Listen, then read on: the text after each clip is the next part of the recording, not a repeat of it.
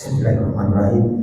Assalamualaikum warahmatullahi wabarakatuh.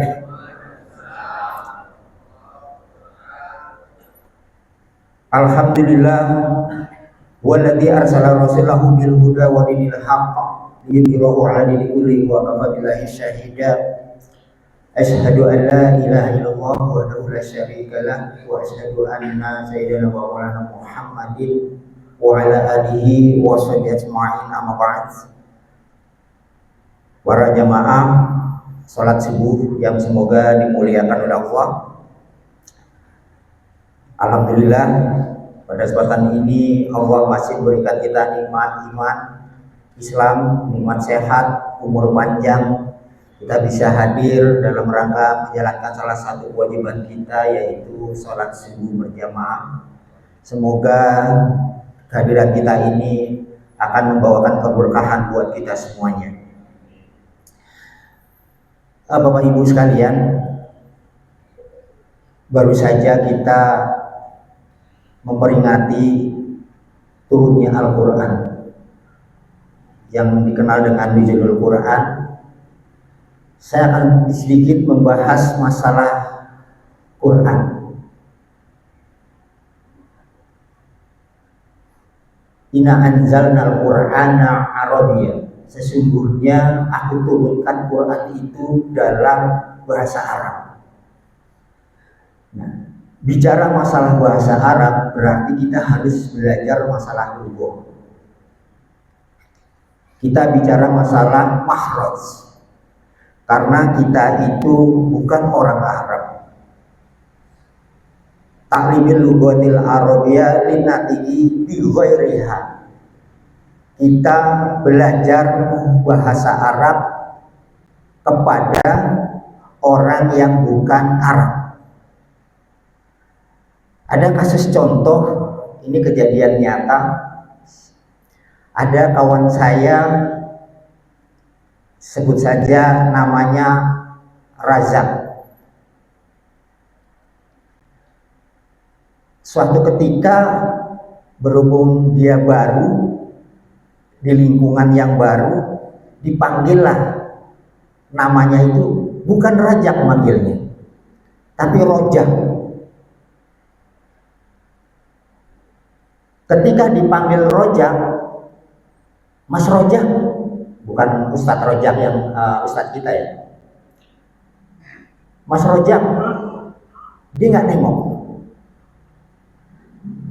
Dipanggil lagi Mas Rojak, tidak nengok. Bila ditepuk bahunya baru nengok.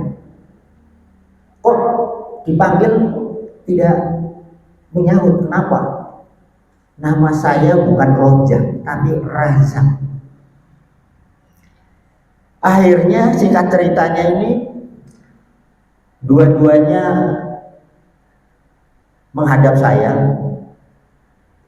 berhubung sama-sama teman, bertanya, Ustaz, yang benar itu Rojak atau Razak?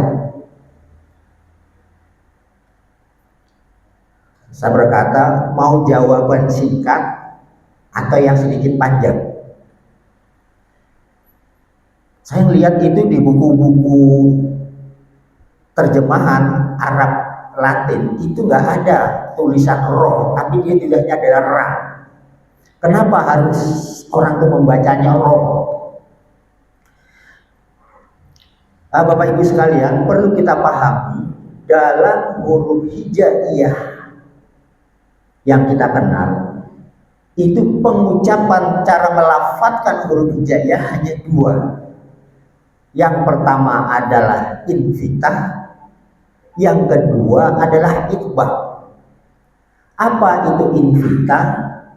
Infitah itu artinya mulut kita harus terbuka. Terbuka.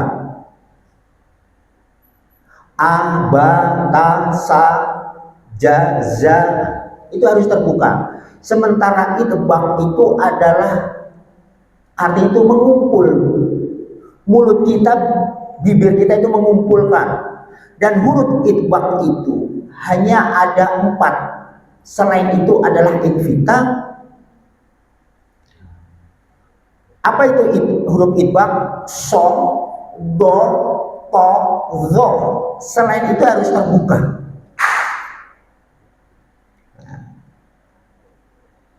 Bagaimana dengan ko? Yang benar itu bukan ko, tapi o. Mulut tetap terbuka, tapi pangkal suara itu harus keluar. Ko ini hurufnya adalah keluarnya dari pangkal tenggorokan. Ra itu juga invita, bukan ro. Ro itu termasuk huruf itbaq, itu bukan huruf itbaq, tapi ra. Tapi dalam lugah itu sendiri ada yang namanya tafhim. Ra ini ditebalkan ra. Jadi yang benar itu adalah razak, bukan rojak. Kenapa kok harus itu? Itulah dialek daripada orang-orang kita di Nusantara. Ketika orang yang mengaji di Sumatera, ngajinya di Sumatera, dengan orang yang ngaji di Jawa, dia akan menyebutkan ro daripada menyebutkan ra, karena mengalami sebuah kesulitan itu sebuah dialek. Jadi Bapak Ibu sekalian, setelah kita jelaskan dakwah kita, yang benar itu adalah ra, tapi ditafhimkan, ditebalkan jadi ra. Tetap mulutnya adalah terbuka. O, bukan ko. Karena ketika kita salah mengucapkan dalam kita belajar membaca Al-Quran, kasih contoh satu saja. Qul huwallah. Qul huwallah dengan qul huwallah. Ketika kita membaca qul huwallah, artinya qul pakai k dengan pakai ko, itu artinya akan jauh berbeda. Qul artinya katakanlah. Tapi ketika kita membaca qul, makanlah, dia adalah Allah. Ini jauh sekali. Kita bicara masalah a dengan a. Ketika kita mengatakan saya menjadi orang yang alim atau saya menjadi orang yang alim, itu berbeda. Ketika saya mengatakan wah dia sekarang menjadi orang alim, itu artinya apa? Alim itu bisa katakan susah, sengsara, kepedihan. Ya, kalau kita melihat azabun alim,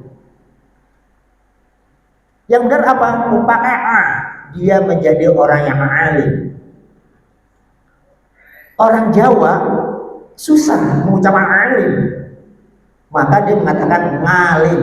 Nah, orang yang Jawa ini ada samping Haji Krishna ini, kalau kan alhamdulillahi rabbil alamin, itu memang di sana ngaji begitu. Saya dulu terlahir ngaji juga dalam bahasa yang ngalim itu. Berhubung saya belajar lagi, punya dosen dari Sunan Ampel, Yayan Sunan Ampel, diajarkan begitu. Jadi Bapak Ibu sekalian, belajar mahrod itu adalah baik, bagus dalam rangka untuk meningkatkan kualitas bacaan kita, karena kita belajar Al-Quran itu dalam bahasa Arab. Ketika kita salah dalam mengucapkan kalimat atau huruf dalam kita membaca Al-Quran, maka bisa salah pula ucapan kita atau arti dalam pembacaan suratul Al-Quran. Maka pada kesempatan hari ini juga alhamdulillah Ustadz Maksum mengajarkan kita untuk tahsin.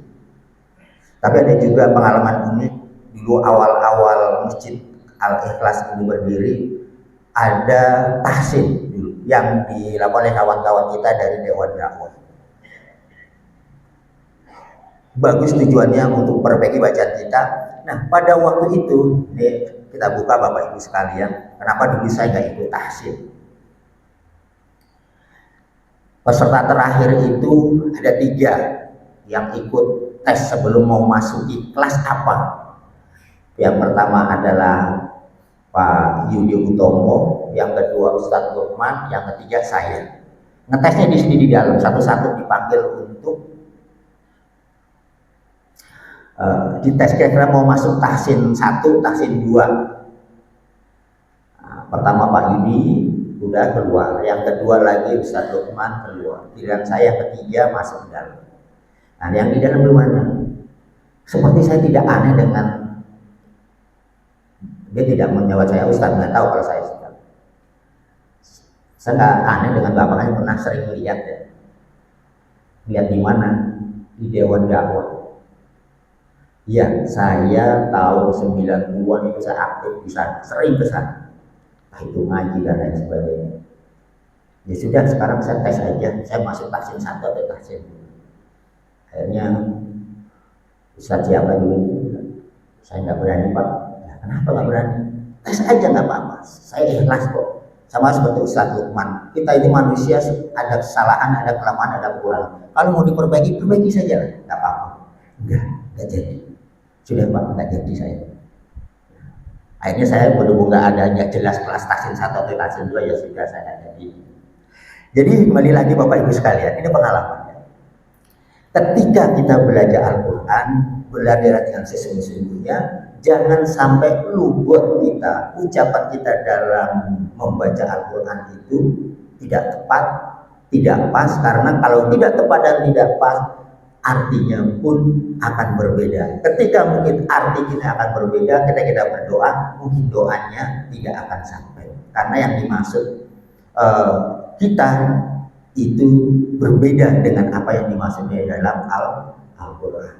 Mungkin itu saja pada kali ini, mudah-mudahan bermanfaat buat kita semuanya. Assalamualaikum warahmatullahi wabarakatuh.